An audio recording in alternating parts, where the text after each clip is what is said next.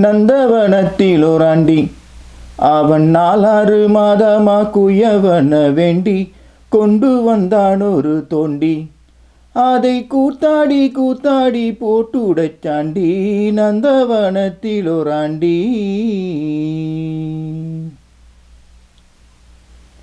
இந்த பாடல் நம்ம அர்த்தத்தை புரிஞ்சிக்கணும். முதல்ல அது புரிஞ்சிக்கிட்டோன்னா நமக்கு வாழ்க்கையில் தலக்கணமே வராது. அதாவது இந்த உடல் நமக்கு கிடச்சிருக்கு, பெரிய கிஃப்ட்டு. அந்த உடல் கிடச்ச கிஃப்டை தேவையில்லாத விஷயங்களுக்கு நம்ம வீணாக்கி அதை நம்ம அழிச்சிடறோம். அதாவது கஷ்டப்பட்டு எடுத்துகிட்டு இந்த உடல் 4 மாதமாக அந்த இறைவனை வேண்டி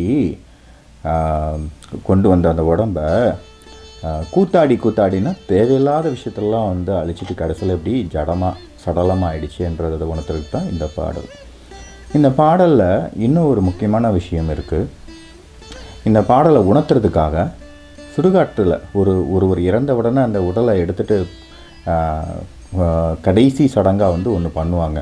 அதாவது மண்பானையை எடுத்து ஓட்டை அந்த இறந்தவங்களோட வாரிசுக்கு ஒரு ஓட்டையாக 3 ஓட்டை போடுவாங்க அந்த பானையில்.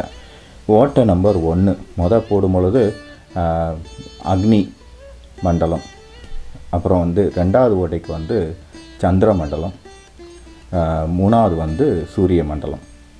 இப்போது 3 ஓட்டையும் பார்த்துக்கலாம். இந்த 3மே இறைவன் இருக்கிற வெப்ப ஓட்டம். அந்த தீ உடம்புல உள்ள அந்த தீ, அந்த வெப்ப ஓட்டம் போயிடுச்சு. உயிரோடு இருக்கும் பொழுதே அந்த வெப்பத்தை தெரிஞ்சு அந்த வெப்பத்தையே தியானம் பண்ணி எல்லாம் வல்ல அந்த சிவபகவானை பிடிச்சி நம்ம இரவா நிலையை நம்ம ஞானத்தை அடைஞ்சி அந்த நிலைக்கு நம்ம வந்திருக்கிறத விட்டுட்டு ஏன்னு சொல்கிறது தான். கடைசியில் அந்த பானையை உடச்சிருவாங்க. ஸோ பானையில் இப்போ பார்த்தோன்னா ஆகாய பூதம், நீர் பூதம், காற்று பூதம் இருக்கும், நெருப்பு இருக்காது. ஸோ இதை உணர்த்துறதுக்கான அந்த முறை தான் அந்த சடங்குகள்.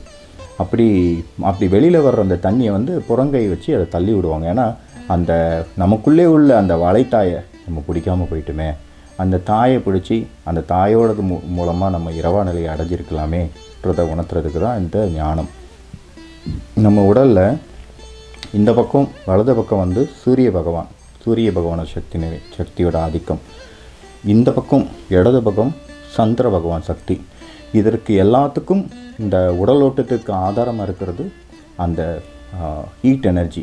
அதுதான் அந்த இறைவன், எல்லாம் வல்ல அப்பன் அம்மை எல்லாம் சேர்ந்த ஒரு அற்புதமான விஷயம் ஓடிட்டுருக்கு. ஸோ அதனால் இந்த 3 சூட்டுக்களை வச்சு தான் நம்ம வாழ்க்கையை ஓடுதுங்க. எப்போ சூடு குறையுதோ அப்போவே அது உடலற்ற உடலாகிடுது.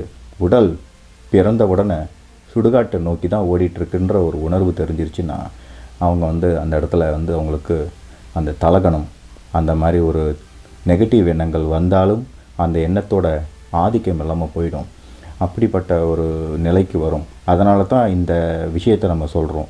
வேறு ஒன்றுமே கிடையாது. இதனால் யாரையும் பயமுறுத்துறதோ எதுவுமே கிடையாது. இதை உணர்ந்தால் நல்லாயிருக்கும். நான் பயணம் பண்ணியிருக்கும்போது ஆன்மீகத்தில் காசியில், அப்புறம் இந்த பசுபதிநாத் டெம்பிள்னு ஒன்று இருக்குது காட்மண்டில். ஸோ அங்கெல்லாம் பார்த்தா இறந்த உடலை பார்க்க சொல்லுவாங்க குருமார்கள். அப்படி பார்த்துக்கிட்டே இருக்கும்பொழுது எனக்கு என்ன தெரியுமா தெரிஞ்சது, இது என்னடா அது உயிருள்ள ஒரு உடல் இப்படி ரப்பர் மாதிரி ஆகிடுது அப்படி தான் தெரியும். ஏன்னா அது கியூவாக அந்த இறந்தவங்களோட உடலை கொண்டு வந்துக்கிட்டே இருப்பாங்க, எரிச்சிக்கிட்டு போட்டுக்கிட்டே இருப்பாங்க அவங்க பாட்டு. அதை பார்க்க மனிதர்களே இப்படி தான் ஆக போகுது, எல்லார் உடலும் தெரிஞ்சும் நம்ம இப்படி ஒருத்தருக்கு ஒருத்தர் சண்டை போட்டுக்கிட்டும் தேவையில்லாமல் வேஸ்ட் பண்ணுறோம் சண்டை போட்டுட்டு. மாறா ஒருத்தருக்கு ஒருத்தர் உதவி பண்ணி நம்ம அட்லீஸ்ட்டு ஞானம் போகலைனாலும் நம்ம உதவி பண்ணி ஒரு நல்ல நிலையில் வாழலாம் இல்லையா? அந்த ஒரு ஞானத்தை கொடுத்த தருணம் அந்த தருணங்கள்லாம் வாழ்க்கையில் நீங்கள் இந்த ஒரு விஷயத்தை புரிஞ்சுக்கிட்டாலே போகிறோங்க, நாம் நிம்மதியாக வாழலாங்க. ஏன்னா இது பெரிய கிஃப்ட். ஏன்னா இந்த 6வது அறிவை வச்சு தான் பண்ண முடியும். இது ஓரறிவு, ஈரறிவு, 3 அறிவு, 4 அறிவு, 5 அறிவு உள்ளவங்களுக்கு இதை யோசிக்கவே தோணாது. நமக்கு தோணும். எல்லாருமே சேர்ந்து பயணிப்போம். அதில் பயணித்து அதில் என்ன விஷயங்கள் நம்ம பார்த்தோம்னா கண்டிப்பாக நல்லாயிருக்கும். வாழ்க்கை ஒரு ஃப்ராஜைல், பட் ஆனால் இந்த மலர்கள் மாதிரி அவ்வளோ மனம் வீசுகிற ஒரு விஷயம். அதை புரிஞ்சிக்கிட்டாலே நல்லாயிருக்கும் இல்லைங்க? அதனால தான் இந்த ஒரு விஷயம். அதனால் ரொம்ப ரொம்ப புரிஞ்ச விஷயங்கள் நீங்கள் எந்த வகையிலையாவது நீங்கள் ஒரு நல்ல ஒரு குருமார்கள்கிட்ட தியானம் பண்ணி அந்த பயணத்தை தொடரலாம். தியானத்தோட யோகாசனம் உணவு பழக்கம் தொடர்ந்தால் நல்லாயிருக்கும். இல்லைனா இந்த நிரந்தரம் இல்லைன்ற ஒரு நினையை மட்டும் we should be always speak should that is the life is mortal not immortal. அது அழியும் தன்மை கொண்டது. ஆனால் அந்த அழியும் தன்மைக்குள்ளே ஒரு அழியாத தன்மை இருக்குன்ற புரிஞ்சிக்காதாங்க வாழ்க்கை. அதுக்கு தான் எல்லா விஷயங்களும் நடந்துகிட்ருக்குது. அதுக்கு தான் சந்தோஷத்தை நோக்கி எல்லாம் போகிறோம். ஆனால் அந்த சந்தோஷத்தோட ஆதி சந்தோஷம் அதுதான். ஈவன் கவலைகள் வருதில்ல, கவலையோட ஆதி கவலை பார்த்தோன்னா மரண கவலையாக தான் இருக்கும். எல்லாத்தோடையும் ஒரு தொடர்பு இருக்குது. அப்படிப்பட்ட ஒரு நல்ல ஒரு சூட்சமமாக எல்லாமே நமக்கு புரியறதுக்கு தான் நடந்துகிட்ருக்கு.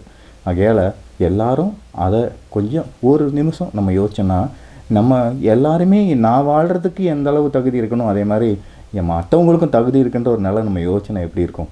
அட்லீஸ்ட் அவங்க தொல்லை பண்ணாமல் இருப்போம்ல. நீங்கள் உதவி பண்ண வேண்டாம், நம்மளால் யாருக்கா உதவி பண்ண முடிஞ்சால் பண்ணுவோம். இல்லைனா தொல்லை பண்ணாமல் இருக்கலாம்ல. நம்ம பேச்சோ செயலோ தனக்கோ தற்காலத்துலேயோ பிற்காலத்துலேயோ பிரச்சனை வராதாலோ நம்ம முயற்சி எடுக்கலாம். கண்டிப்பாக நல்லா இருக்கலாம். நாமும் நல்லா இருப்போம், நம்ம சுற்றி உள்ளவங்க நல்லா இருப்போம். Saha TV is exclusively for human upliftment. Please subscribe now and press bell icon so that you will never miss an update. Thank you.